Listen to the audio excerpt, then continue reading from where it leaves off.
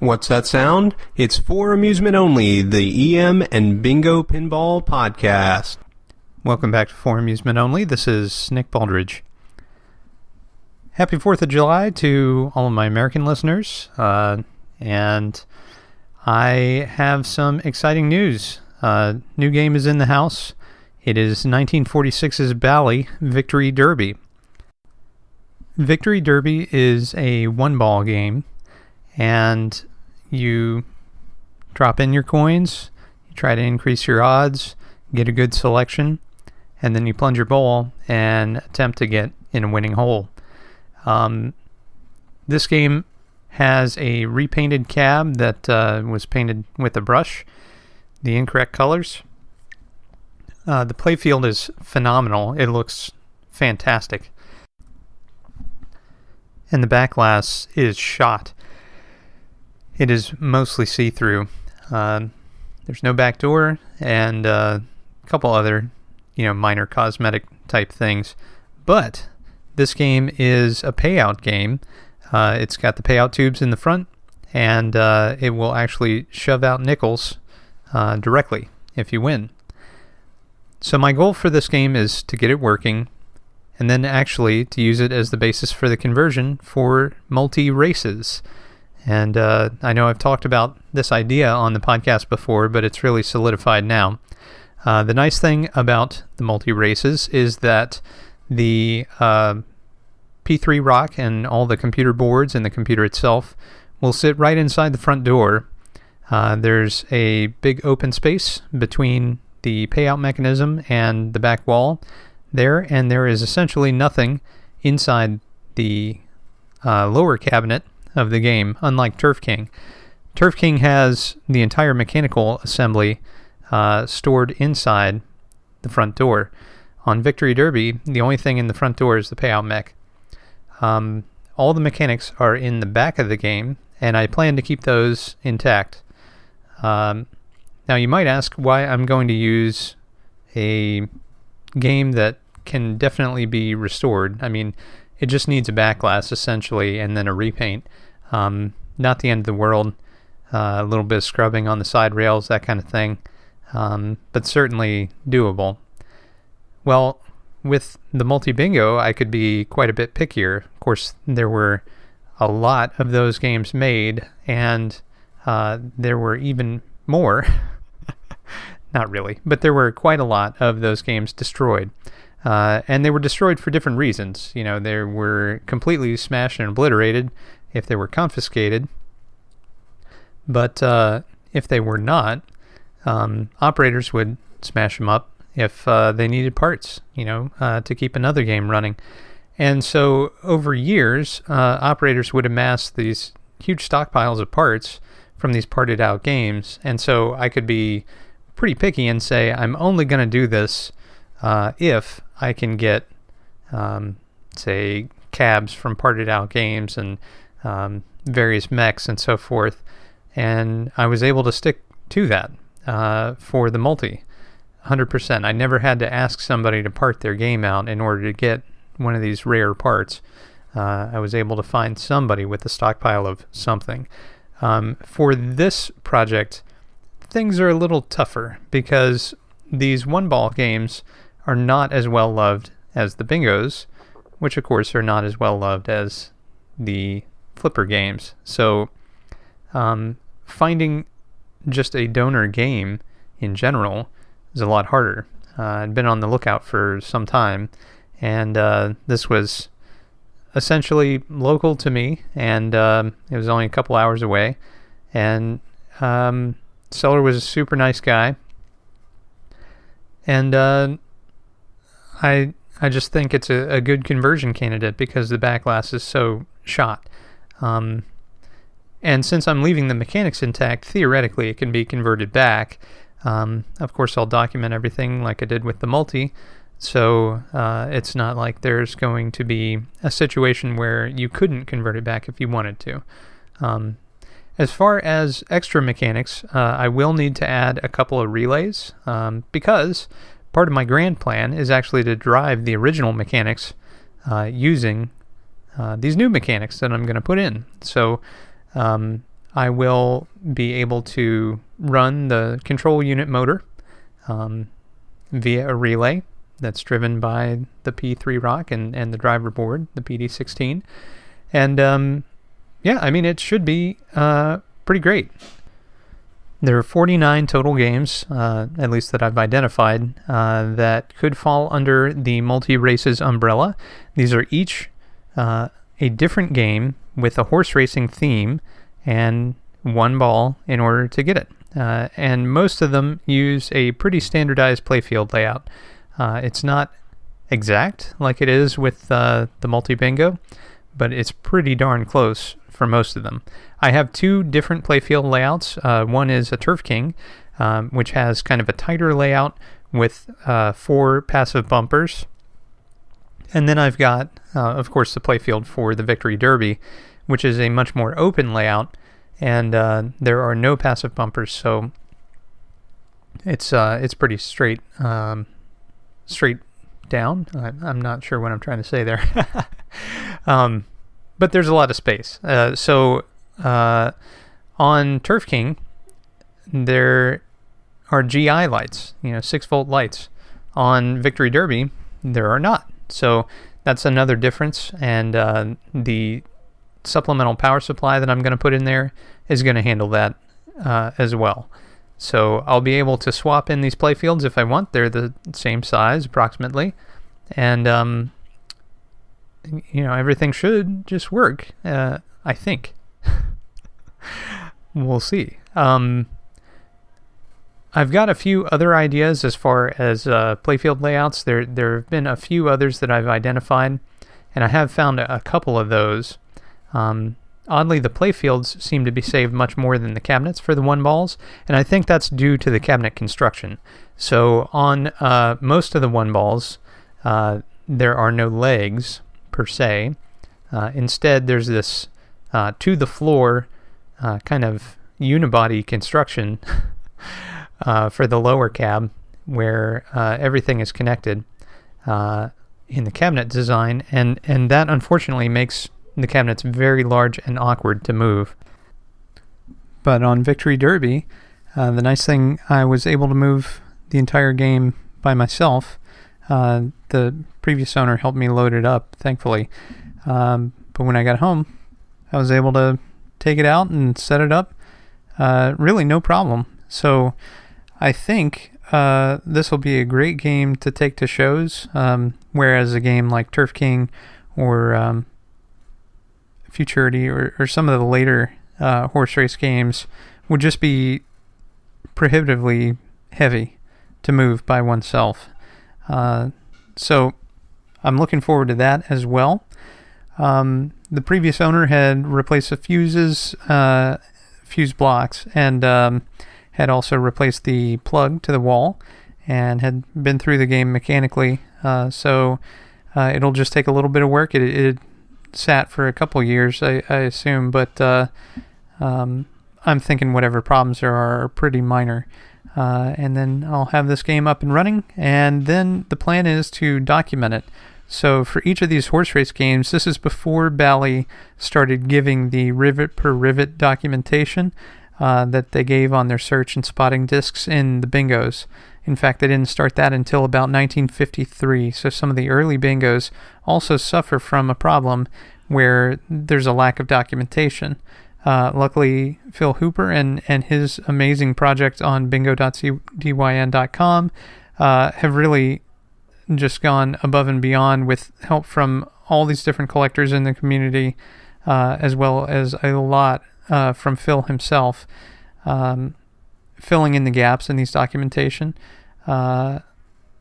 And there's nothing exactly like that for the horse race games, so I'm hopeful that I can document as much as possible for each of these games, and then implement them in software, just like I did with the multi. So with the multi, just transitioning topics here to the multi-bingo, that I have had to set down along with pretty much all of my hobby activity for, since Allentown, basically. because of a work-related series of projects that had to get done within a time frame here, but I'm nearing the end of those projects, and so I should be able to devote my evenings and weekends to family and to the multi again. So there's only a handful of games that need to have their flash animations done for Bally, and then all the Uniteds, except for Brazil, I think, need their flash animations done. The Uniteds are a little trickier just because of how they work. I've figured out how they work mechanically, but it's making the multi do that, because each animation happens multiple times per rotation. In fact, sometimes many multiple times per rotation. So it's just a matter of making sure that all the units are coordinated within the system. It shouldn't be too big of a deal, but I just need to sit down and write it. And I wanted to finish Bally first, kind of clean that off my slate, and then I wouldn't have to constantly shift gears back and forth. I was doing them all alphabetically, but ran into that problem pretty quickly with some of the earlier Uniteds, and they're so radically different from the Ballies that I needed to have a minute to think about it. So I'm excited to get back into that. I'm hoping by York I will have all the rest of the animations done. It makes such a major difference.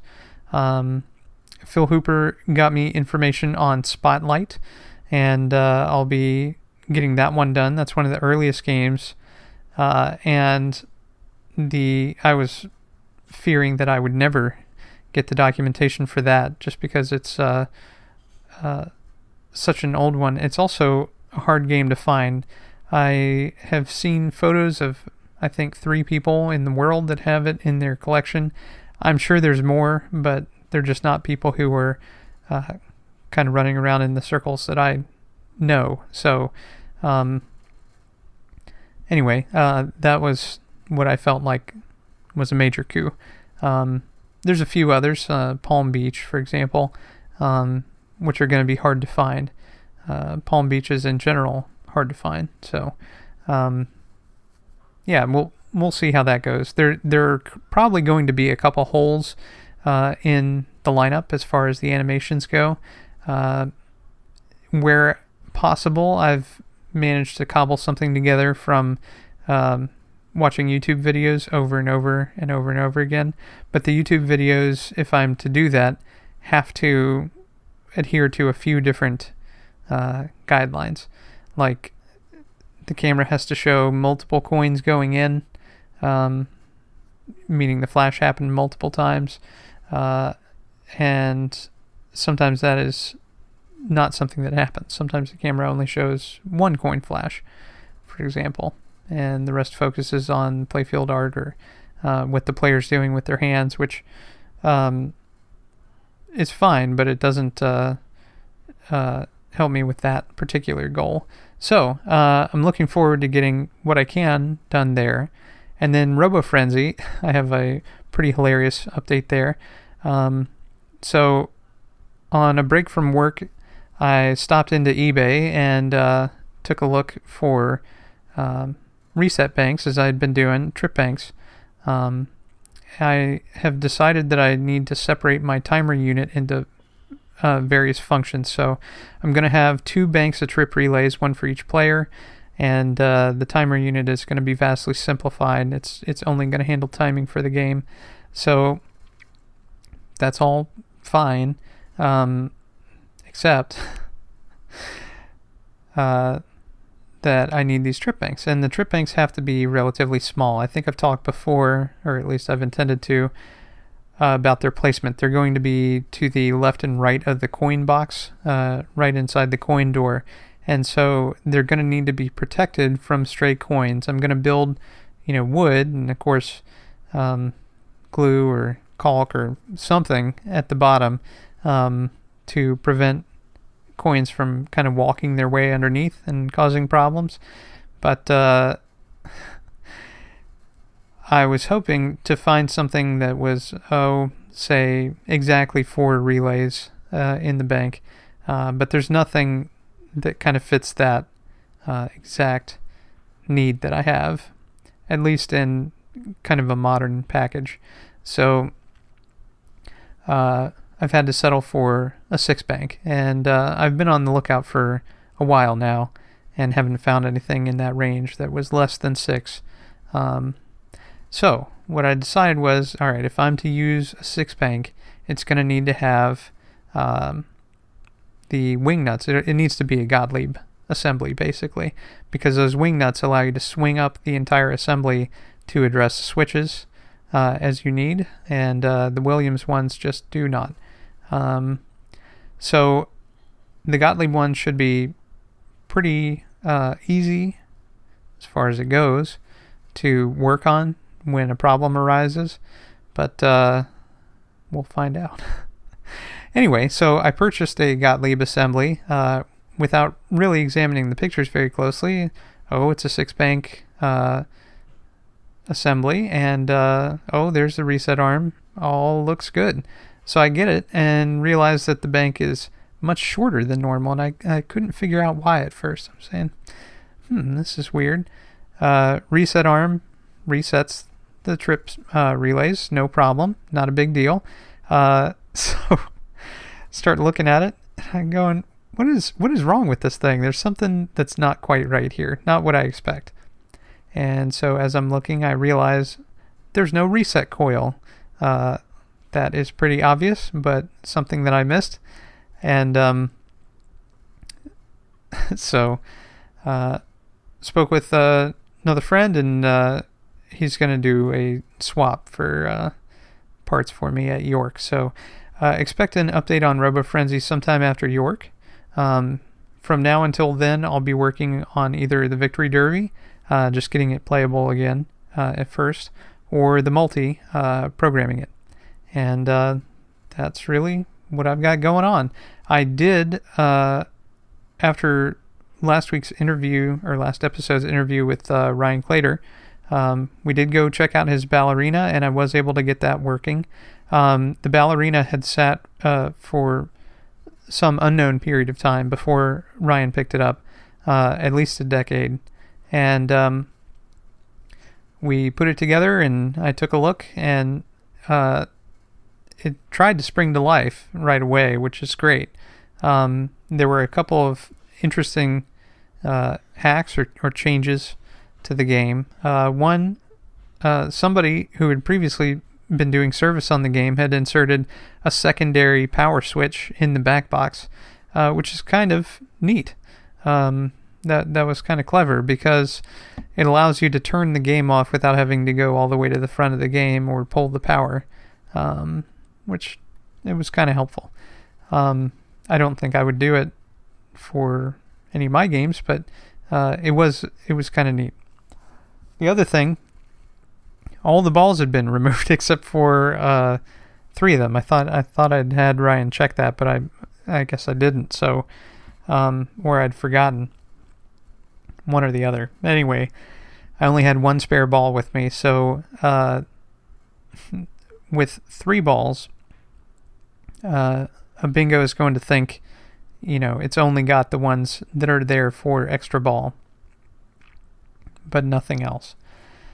So I had to do some quick thinking and some quick manual trough switch pulling and pushing in order to fool the machine into thinking there were an appropriate number of balls installed, and then testing all the functionality while still holding those trough switches closed or open. It was pretty hairy, but it was pretty fun. So at the end of it, Ryan had a fully working bingo. The only thing I would say that's a big problem left on that game is that the shutter motor was absolutely screaming. It did not like moving at all. I'm hopeful that either a little bit of play will get the gears re-lubricated, or that motor might have to be replaced. but we'll see. I'm also thinking that there were a couple pieces of wood that were stuck between the playfield and the shutter board. And so perhaps one of those is actually physically jamming it. It didn't feel too bad when moving by hand, but it didn't feel great either. So I gave him instructions for how to remove that shutter board and pull out those pieces of wood, and hopefully that'll do it. But somewhere in there, it should be all good. But that was pretty cool. So the 1 to 7, 7 to 1 feature worked. The magic screen worked. Scoring worked in all the different colors. It took a little bit to get everything going, as far as mechanically, but most of the mechanical units were still in good shape. Even though it had sat for a long time, they weren't incredibly filthy. And mechanically, they stepped and reset very smoothly and snappily. So that's always good.